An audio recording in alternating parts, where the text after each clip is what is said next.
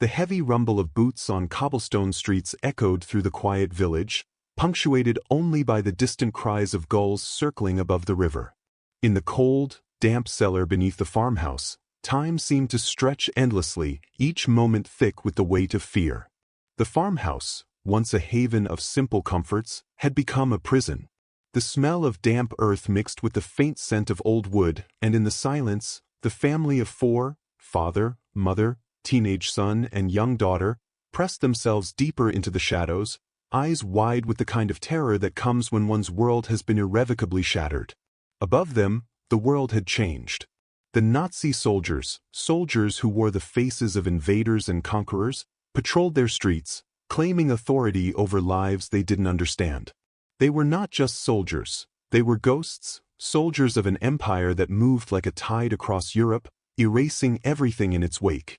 The small village, nestled in the French countryside, had been swept into this monstrous machine of war.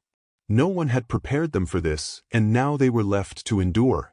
It wasn't just the occupation that terrified them, it was the knowledge that their small, peaceful existence had been swallowed by something far larger, far more indifferent to their fate. The family had learned that nothing was safe anymore. Not their land, not their neighbors, not even their children. Fear had become their constant companion, a shadow that clung to every corner of their lives, a reminder that survival was the only goal, and even that was uncertain. The cellar, once a practical storage space, was now a refuge, a place of refuge in a time when it seemed as though nothing could protect them from the chaos of the world above. It was a cool, dark space, with low ceilings that seemed to trap the air, making it difficult to breathe deeply. The stone walls were rough to the touch, and the floor was uneven. It was a far cry from the spaciousness of the farmhouse, but it had to do. They had no choice but to endure its confinement, just as they had no choice but to endure the enemy soldiers above. The entire family had taken refuge here, in the deepest, darkest corner of the house, hidden from sight, far from the eyes of the invaders who searched relentlessly for anyone who dared to defy them. The father, a tall man with broad shoulders that had once carried the weight of the farm's hard labor, now slumped in the corner of the cellar, his face drawn, eyes hollow with exhaustion. He had been the one to seal the door behind them when the soldiers came knocking. His hands trembled as he recalled the sound of boots on the stairs, the clatter of voices in the street as the soldiers shouted commands in their harsh, guttural language. It had been a close call. Too close. There had been no time to gather supplies, no time to do anything but run, to hide. All that mattered now was staying hidden, staying alive. The father had always been a man of few words, a man who found strength in silence, but now his silence was a mask for his terror. He could not help but wonder how long they could keep this up, how long they could remain hidden in the shadows, living in fear, with the whole of the world above them changing in ways they could not control. Beside him, the mother was equally silent, though her heart beat with a different rhythm. She clutched her daughter tightly, as though the act of holding her close could shield her from the horrors that had come to their doorstep. The mother, a woman of quiet resolve, had always been the emotional anchor of the family, the one who kept the farm running when her husband's health had faltered, the one who tended to the children with unwavering love. But now, as she listened to the muffled sounds of footsteps overhead, her mind raced. She thought of the neighbors, of the people she had known for years, and she wondered, would they betray them? Would someone from the village be willing to sacrifice them in exchange for favor from the occupying forces? Would anyone stand against the soldiers, or had fear poisoned them all? These thoughts gnawed at her, making it harder to breathe, harder to remain calm for the sake of her children. Her son, Pierre, a teenager on the brink of adulthood, was sitting beside her, his back pressed against the stone wall, his gaze fixed on the door. His jaw was clenched in a stubborn way that suggested he had inherited his father's quiet strength, but also his stubbornness. He didn't speak much, but it was clear to everyone in the cellar that he was not one to easily accept defeat. Still, even he was uncertain. How much longer could they keep this up? How much longer could they avoid the soldiers, pretend to be invisible in a world that had turned against them? Pierre had seen things, heard things, that made his stomach turn. He had witnessed the soldiers drag people from their homes, heard the cries of those who had been taken away. He had seen how quickly the world could turn cruel, and it had terrified him. But there was also something else brewing within him, something fierce and defiant. Even if he was scared, even if he didn't know how, he knew he could not just let this happen. And then there was Claire, the youngest of the family, no older than 10 years. In the cellar, Claire's innocence seemed to shine through the darkness like a flicker of light in an otherwise empty room. She was the one who still dreamed, the one who didn't yet understand the full weight of war, of occupation, of the terrible costs that were being paid by those around her. She asked questions that no one could answer, questions about what was happening above them, why they were hiding, why people were so afraid. And though her parents tried to shield her from the harsh truths, it was clear that Claire was beginning to sense that the world was no longer as simple as it once was. Her wide eyes reflected the fear in her parents' faces, but there was also something else, something unspoken, that flickered within her. A quiet hope, a belief, however fragile, that maybe there was a way out. Maybe someone, somewhere, would come to save them. Time passed slowly in the cellar. The sounds of the world above were muffled, distorted by the thick stone walls. There were moments of silence, moments where the family could almost forget the outside world, as though they were in some kind of suspended animation. But these moments were brief. The sound of boots marching overhead, the harsh voices of soldiers shouting in the streets, shattered the stillness and reminded them of the ever-present danger lurking just above their heads. The family could not know it then, but the moment they had been dreading was drawing closer. Soon, the Nazis would begin to search the village for any signs of resistance, for any whispers of defiance. They would tear through homes, interrogate civilians, and punish anyone who dared to stand against them. In the cellar, the family tried to prepare themselves for the worst. But what they didn't know, what no one could have predicted, was that it wasn't the Nazi soldiers who would change their fate. The knock on the cellar door, shrouded in the chilling suspense of an unknown visitor, would be the first signal that the tide of their lives was about to turn. It would be the knock that shattered the silence and ignited the spark of hope, a hope that would burn brighter than anything they had dared to imagine in those long, lonely hours of waiting. In the dark recesses of the cellar, Claire's young mind wandered, tethered by a strange mix of fear and curiosity. Unlike the older members of her family, whose lives had been marked by hard work and quiet endurance, Claire was still in the process of understanding the world. Her thoughts were like a wild river, flowing in directions that were sometimes confusing, but always full of a thirst for something she couldn't quite define. She was just 10, but in those days of hiding, her childhood had been ripped apart, reshaped by the harsh realities of war. Gone were the days when her biggest concerns were playing with the chickens, running barefoot through the grass, or waiting for her father to return from the market with a new story. Now, her days were filled with silence, dread, and a growing sense of something unnamed in the air. Claire could feel the change even if she didn't completely understand it.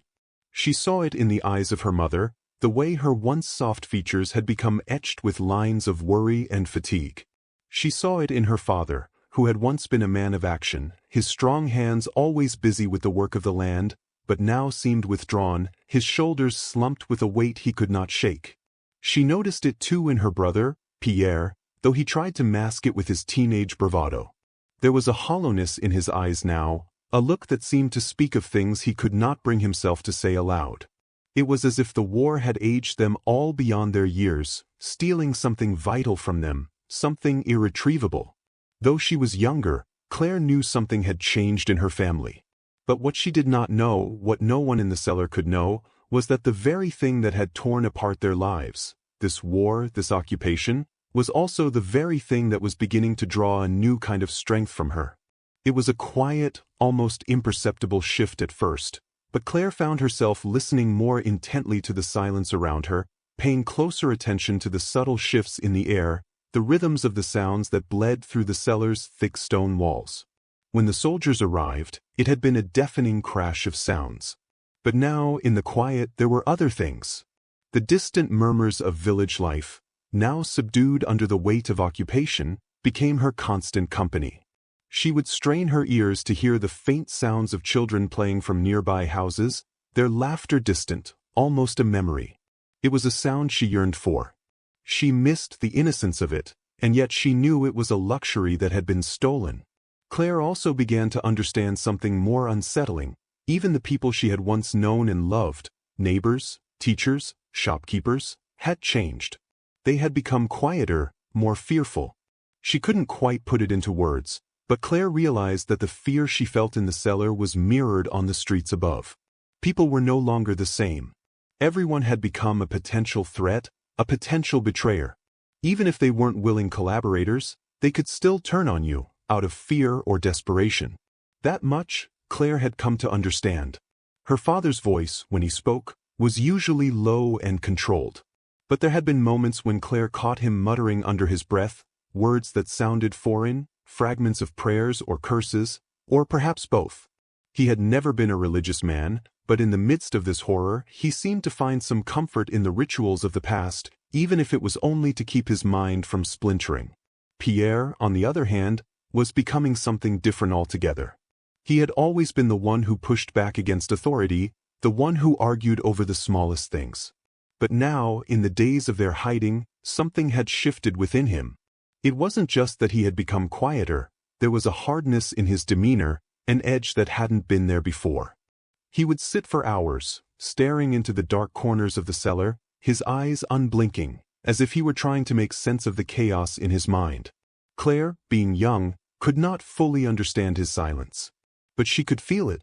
It made the air thicker, harder to breathe, as though the tension from the entire world had seeped into the room.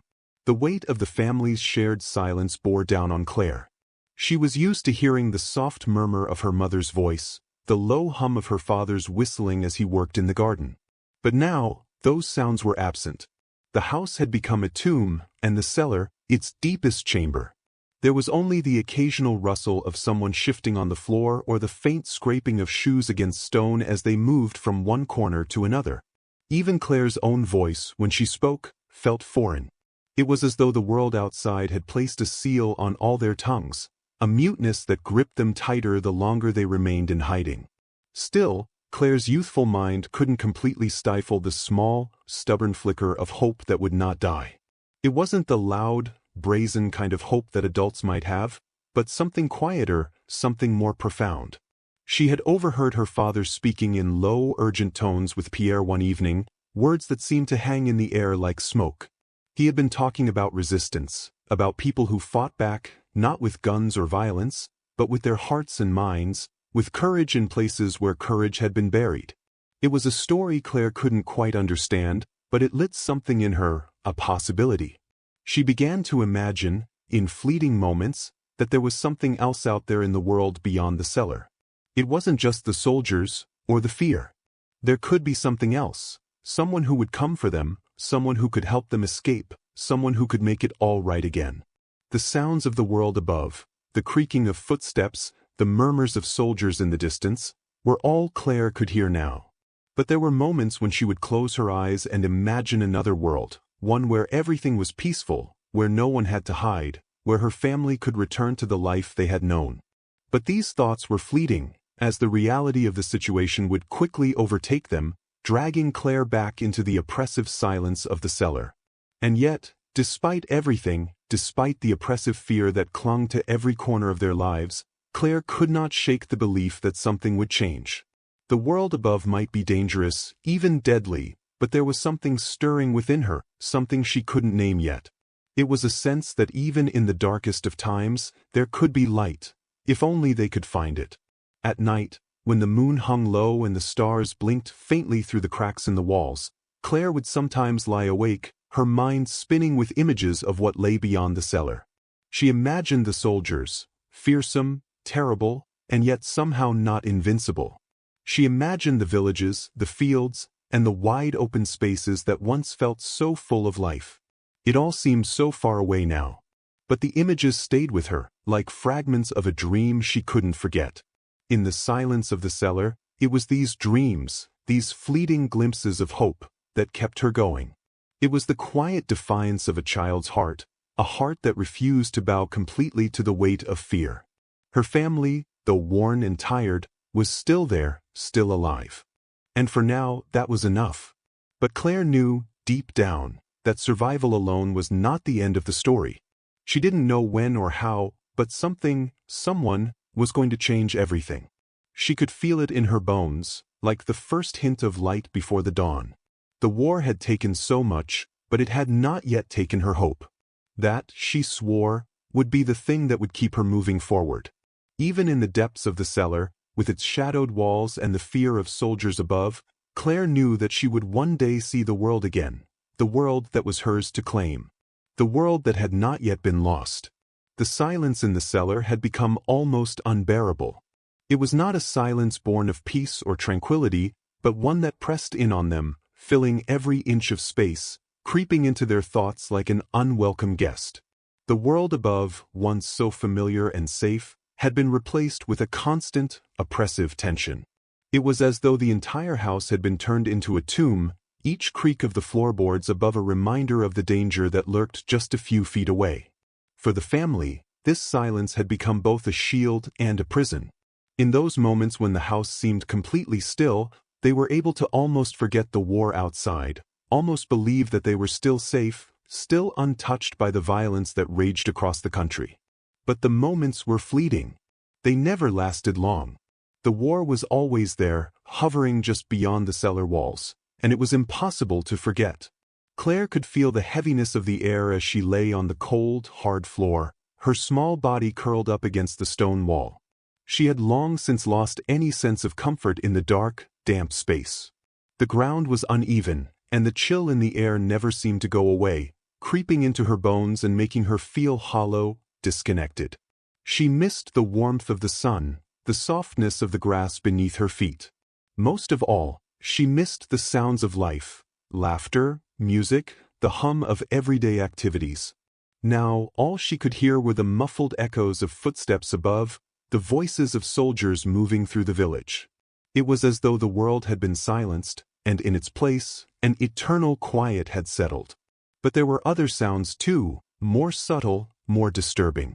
Claire had learned to listen for them, those faint, almost imperceptible noises that could signal either danger or the briefest flicker of hope. She had learned the rhythm of the house. The way the floorboards above would creak in certain patterns, the way the wind would whistle through the cracks in the walls. There were moments when she could hear the soldiers, their boots thudding above them, their harsh voices ordering the villagers around. She had become adept at distinguishing between the sounds of soldiers and the quiet movements of the villagers. There was a certain cadence to it, an undertone of tension that made the air vibrate with a sense of impending doom. But there were also moments, fleeting and brief, when the sounds above would change, when the usual heavy footfalls would be replaced by something else. It was then in those small moments that Claire's mind would begin to wander, and she would imagine something different. Something better.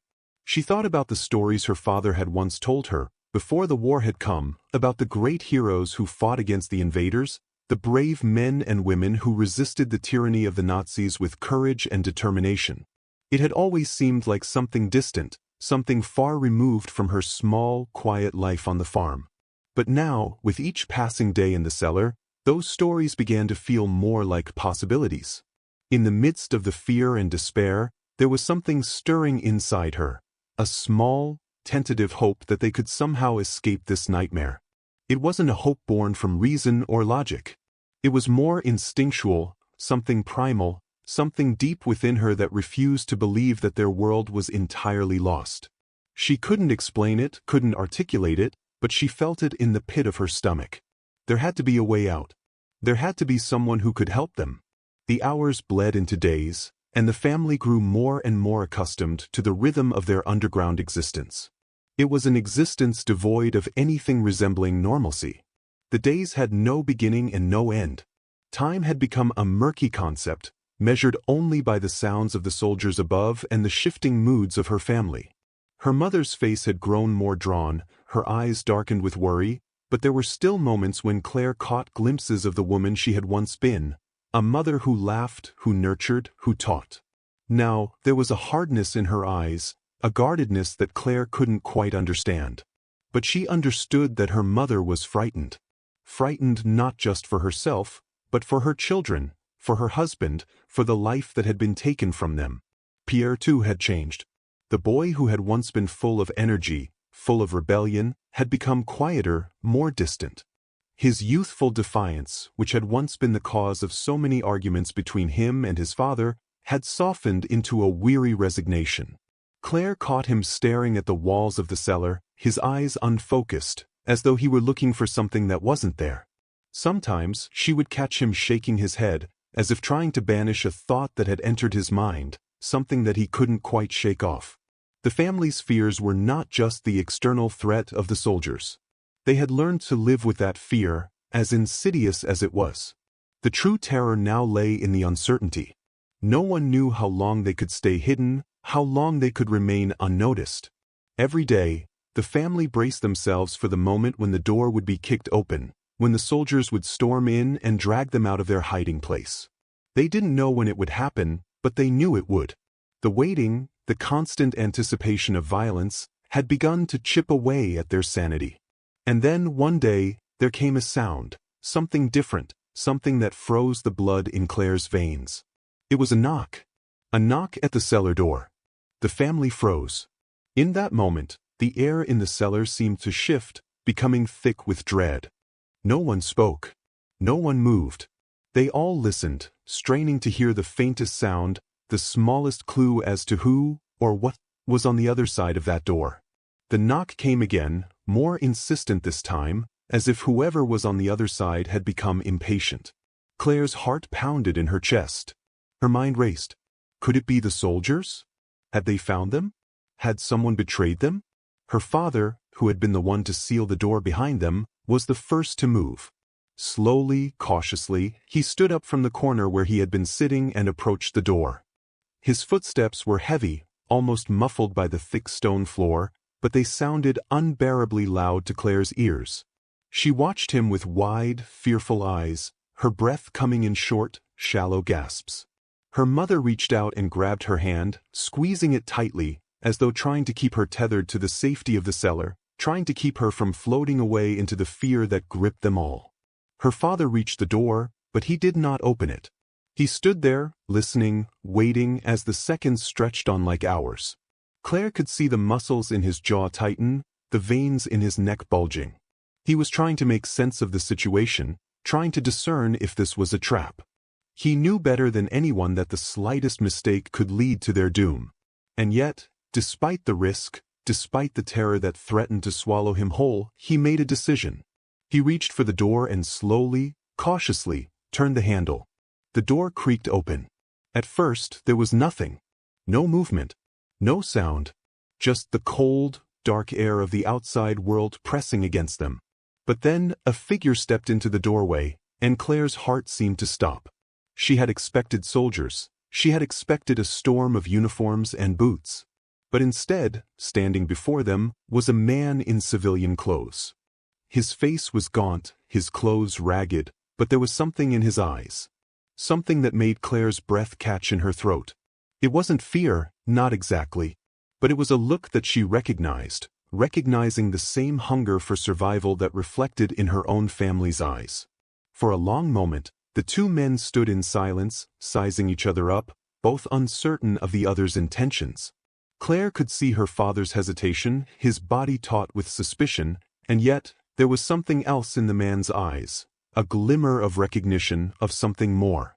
The man raised his hand slowly, as if to show that he meant no harm, and in his other hand he held something. A small package wrapped in brown paper. Simple, ordinary milk. A strange sense of relief washed over Claire. But it was fleeting. For in that single moment, the cellar door stood between them, and the world outside still held its breath. The moment the door opened, the silence in the cellar seemed to shudder, as though the very air was holding its breath. Claire's heart hammered in her chest, the thudding so loud it drowned out every other sound in her head. She could barely process what she was seeing. The man standing in the doorway, a stranger, was nothing like the soldiers they had imagined, nothing like the brutal faces they had come to associate with the occupation. His clothes were not the stark, imposing uniforms of the Nazis. Instead, he wore civilian attire, his coat dark and weathered, the fabric stretched and frayed at the edges.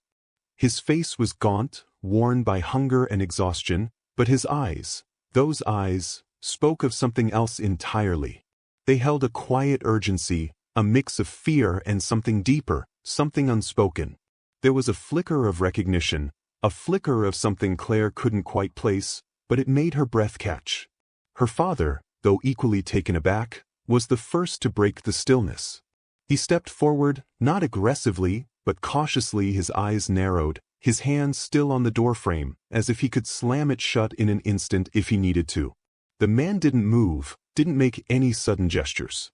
His hands were raised slowly, almost as if he were afraid that any sudden movement might set off some invisible trigger. He was so still, so carefully poised, that for a moment, Claire almost forgot to breathe. "Who are you?" her father asked, his voice low but steady, betraying none of the anxiety that was surging inside him. His face was a study in concentration, weighing every possibility. Could this be a trap? Was it some kind of Nazi ploy to get them to reveal themselves, to let down their guard? Was the man in front of them working for the Germans, using some kind of ruse to coax them into revealing themselves? Or was he one of the many who had managed to survive by pretending to be something he wasn't? The man didn't answer immediately. Instead, his eyes flickered over the family in the cellar, his gaze lingering for just a moment on Claire. She could see the desperation in his face now, the thinness of his lips as he seemed to measure his words carefully. Then he looked back at her father, his eyes still soft but full of a kind of weary resolve. "I'm not your enemy," the man said, his voice gravelly but earnest. It was almost a whisper, as though he feared being overheard, though there was no sound but their own breathing in the cellar. "I'm one of them, but not like them." He paused, as if the words didn't come easily. "I'm with the resistance." For a long moment, no one spoke. The weight of his words hung in the air, thick and heavy, pressing down on the family like a physical force. Resistance? The word felt foreign, distant.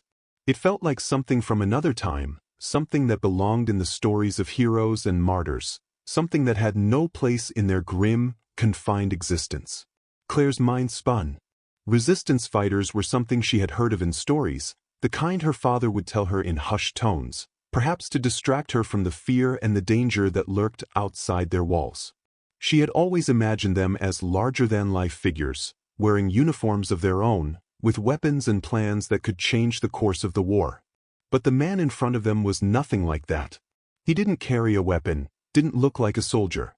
He was just a man, weathered by the brutal realities of the world they were all living in, someone whose resolve seemed to come from deep within him, born out of necessity rather than choice. Her father's gaze didn't soften. He was still studying the man, his face unreadable. "Why are you here?" he asked. His voice was tight, but Claire could hear the edge of disbelief beneath it. "What do you want from us?" The man didn't flinch. He was resolute, his voice steady despite the weight of the question. "I'm here because I know you're hiding," he said. "I know about your family. I've been watching." He seemed to sense the suspicion in the air and quickly added, "Not in a bad way. I've been making sure you're safe. Making sure you're not in any immediate danger." His eyes flickered over the cellar, a quick but assessing glance, as if he were already planning how best to protect them. "I can't stay long. They'll be back soon. The Germans." The words landed like a heavy stone, sinking into Claire's chest, pressing down on her lungs. She could barely process them. The Germans? They knew about them? The Germans knew they were here? The family had been hiding for what felt like forever. They had buried themselves deep in this cellar, staying as quiet and invisible as possible, hoping that they could escape the notice of the soldiers who now controlled every aspect of their lives. Every day had been a struggle for survival. Every sound, every footstep above had been a warning, a reminder of how fragile their lives had become. And now this man, a stranger, was telling them that they had been under surveillance the whole time? Claire's mind raced. How could he know? How could he have been watching them without them knowing? And if he had been watching, then how much else did he know? Her father's face had gone even paler, and his hand tightened around the doorframe. "You've been watching us?" His voice was hard now, sharp with suspicion. "How do we know you're telling the truth? How do we know you're not just leading us into a trap?" The man's face remained composed, but Claire could see the tension in his jaw, the tightness in his shoulders.